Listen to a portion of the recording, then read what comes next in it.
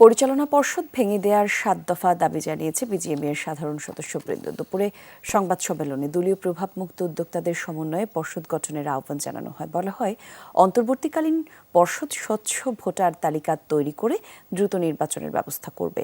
লিখিত বক্তব্যে মোজাম্মেল হক ভূঁইয়া অভিযোগ করেন, আওয়ামী লীগ নেতা এস.এম. মান্নান কোচির নেতৃত্বাধীন কমিটির সহসভাপতি খন্দকার রফিকুল ইসলামকে সভাপতি হিসেবে সাধারণ সদস্যরা মানেন না। সর্বাধুনিক প্রযুক্তি ও সেরা মানের উপাদানে তৈরি আরএফএল চেয়ার, ক্ষমতার নয় সমতার চেয়ার। ৯ মার্চ নির্বাচনে কারচুপির মাধ্যমে বর্তমান পরিচালনা পর্ষদ ক্ষমতায় আসে জানিয়ে সাধারণ সদস্যরা ক্ষুব্ধ।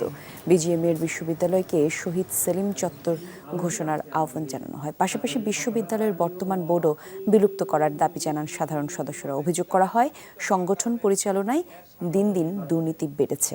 সব ধরনের দুর্নীতি তদন্তে কমিটি গঠন করা প্রয়োজন। যোগ্যতা রাখে বলে আমি প্রকাশ করতে চাচ্ছি। নাম্বার 1, সদস্যদের সাথে আলোচনা করে দলীয় প্রভাব মুক্ত 20 সদস্যের একটি অন্তর্বর্তীকালীন পরিচালনা বোর্ড গঠন করতে হবে। অন্তর্বর্তীকালীন পরিচালনা বোর্ড স্বচ্ছ ভোটার তালিকা প্রণয়ন করে অতি দ্রুত একটি সুষ্ঠু ও নির্বাচনের ব্যবস্থা করবেন।